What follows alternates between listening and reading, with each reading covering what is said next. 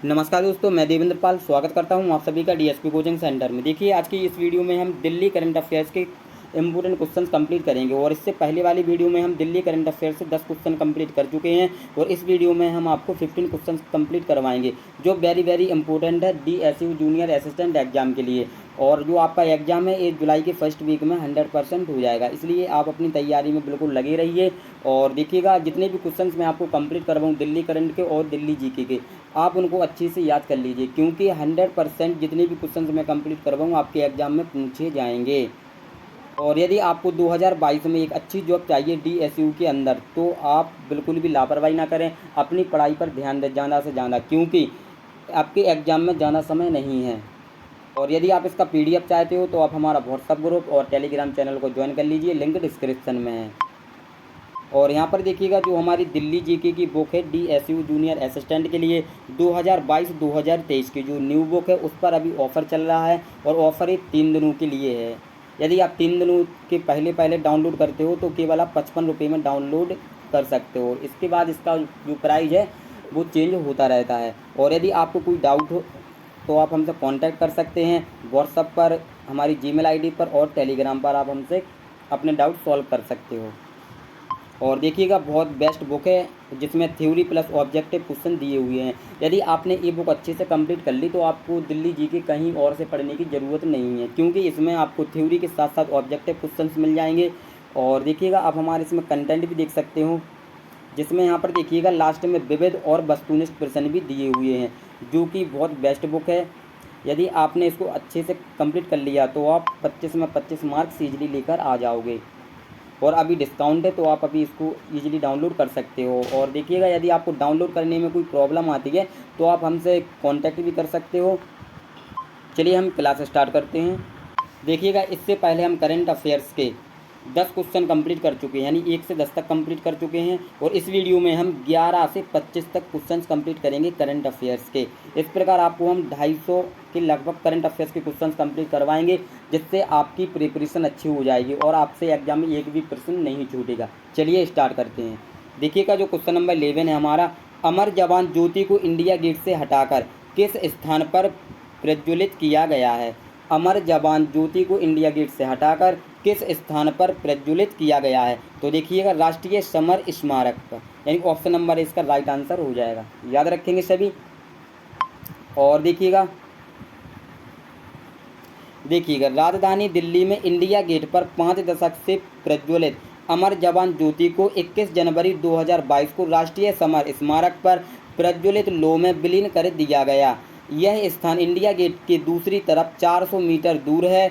अमर जवान ज्योति की स्थापना 1971 के युद्ध में पाकिस्तान पर भारत की ऐतिहासिक जीत और उसमें शहीद भारतीय सैनिकों के सम्मान में की गई थी। आपको ये फैक्ट याद रखना है, क्योंकि वेरी इंपॉर्टेंट है। और देखिएगा, तत्कालीन प्रधानमंत्री इंदिरा गांधी ने 26 जनवरी 1972 को इसका उद्घाटन किया था। किसने किया था? प्रधानमंत्री इंदिरा गांधी ने 26 जनवरी 1972 को इसका उद्घाटन किया था। वेरी इंपॉर्टेंट है, आपको क्वेश्चन के साथ साथ ये फैक्ट भी याद रखने हैं। चलिए देखते हैं नेक्स्ट क्वेश्चन। देखिएगा, क्वेश्चन नंबर 12, इंदिरा गांधी अंतर्राष्ट्रीय हवाई अड्डा किस वर्ष तक पूरी तरह से शून्य कार्बन उत्सर्जन हवाई अड्डा बन जाएगा? तो देखिएगा, सन 2030 तक, सन 2030 तक। चलिए देखते हैं। देखिएगा, दिल्ली का इंदिरा गांधी अंतर्राष्ट्रीय हवाई अड्डा 2030 तक पूरी तरह से शून्य कार्बन उत्सर्जन हवाई अड्डा बन जाएगा।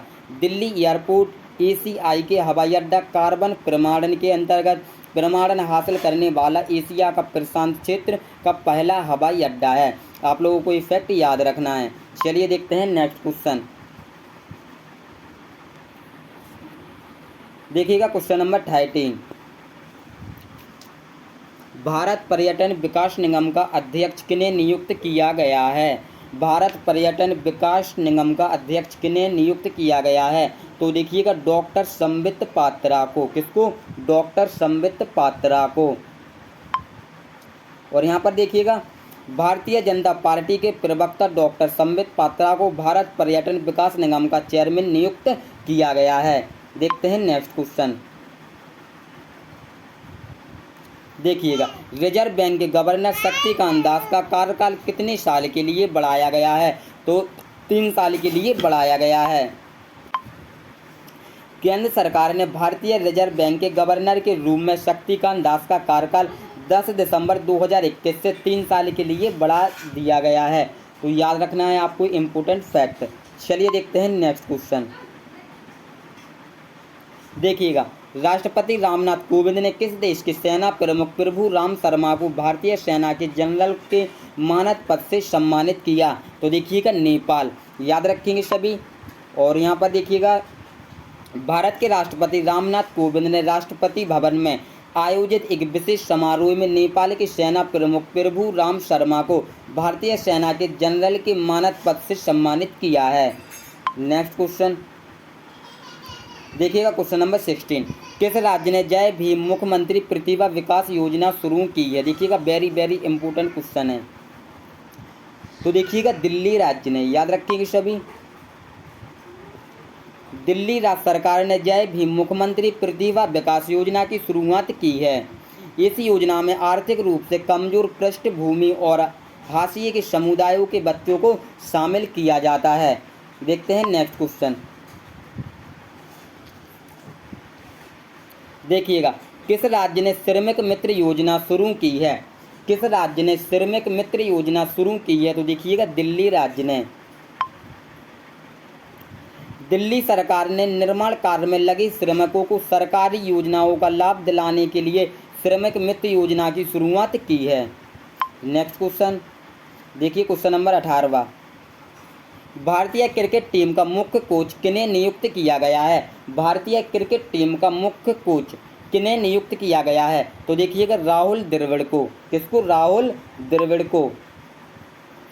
क्रिकेट टीम के पूर्व कप्तान राहुल द्रविड़ को रवि शास्त्री की जगह टीम इंडिया का मुख्य कोच नियुक्त किया गया है।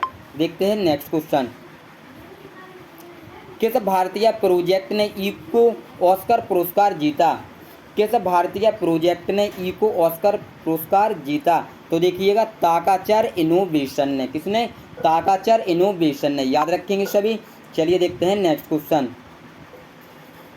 इसके इम्पोर्टेंट फैक्ट भी देखते हैं। देखिएगा, दिल्ली के उद्यमी विद्युत मोहन को उनकी परियोजना ताकाचर इनोवेशन के लिए अर्थशॉट पुरस्कार के लिए चुना गया। इस पुरस्कार को इको ऑस्कर भी कहा जाता है। इको ऑस्कर उन लोगों को सम्मानित करता है जो पृथ्वी को बचाने की कोशिश कर रहे हैं। और देखिएगा, यह पुरस्कार वर्ष 2020 में Prince William Duke of Cambridge और डेविड एटनबरो द्वारा लॉन्च किया गया था। आप लोगों को ये फैक्ट भी याद रखना है। देखते हैं नेक्स्ट क्वेश्चन। देखिएगा, नमामि गंगे मिशन का आधिकारिक शुभकर किसे घोषित किया गया है? नमामि गंगे मिशन का आधिकारिक शुभकर किसे घोषित किया गया है? तो देखिएगा, चाचा चौधरी को। याद रखेंगे सभी, चाचा चौधरी को। देखिएगा, प्रतिष्ठित भारतीय कॉमिक बुक कार्टून चरित्र चाचा चौधरी को केंद्र प्रायोजित नमामि गंगे कार्यक्रम का आधिकारिक शुभकर घोषित किया गया है। याद रखेंगे सभी। देखते हैं नेक्स्ट क्वेश्चन। देखिएगा, आयुष्मान भारत डिजिटल मिशन की शुरुआत किसने की? आयुष्मान भारत डिजिटल मिशन की शुरुआत किसने की? तो देखिएगा, नरेंद्र मोदी ने। याद रखेंगे सभी, नरेंद्र मोदी ने। प्रधानमंत्री नरेंद्र मोदी ने 27 सितंबर 2021 को वीडियो कॉन्फ्रेंस के माध्यम से आयुष्मान भारत डिजिटल मिशन की शुरुआत की। आयुष्मान भारत डिजिटल मिशन का पायलट प्रोजेक्ट 15 अगस्त 2020 को शुरू किया गया था। इसके तहत अब आम लोगों को एक यूनिक हेल्थ आईडी भी मिलेगी, जिसके जरिए उनके स्वास्थ्य का पूरा ब्यौरा रखा जाएगा। पंडित दीनदयाल उपाध्याय की जयंती के अवसर पर 25 सितंबर 2018 को देश में आयुष्मान भारत योजना की शुरुआत की गई थी। देखते हैं नेक्स्ट क्वेश्चन। देखिएगा, विद्यांजलि पोर्टल को किसने लॉन्च किया? विद्यांजलि पोर्टल को किसने लॉन्च किया? तो देखिएगा, नरेंद्र मोदी ने। याद रखेंगे सभी, नरेंद्र मोदी ने।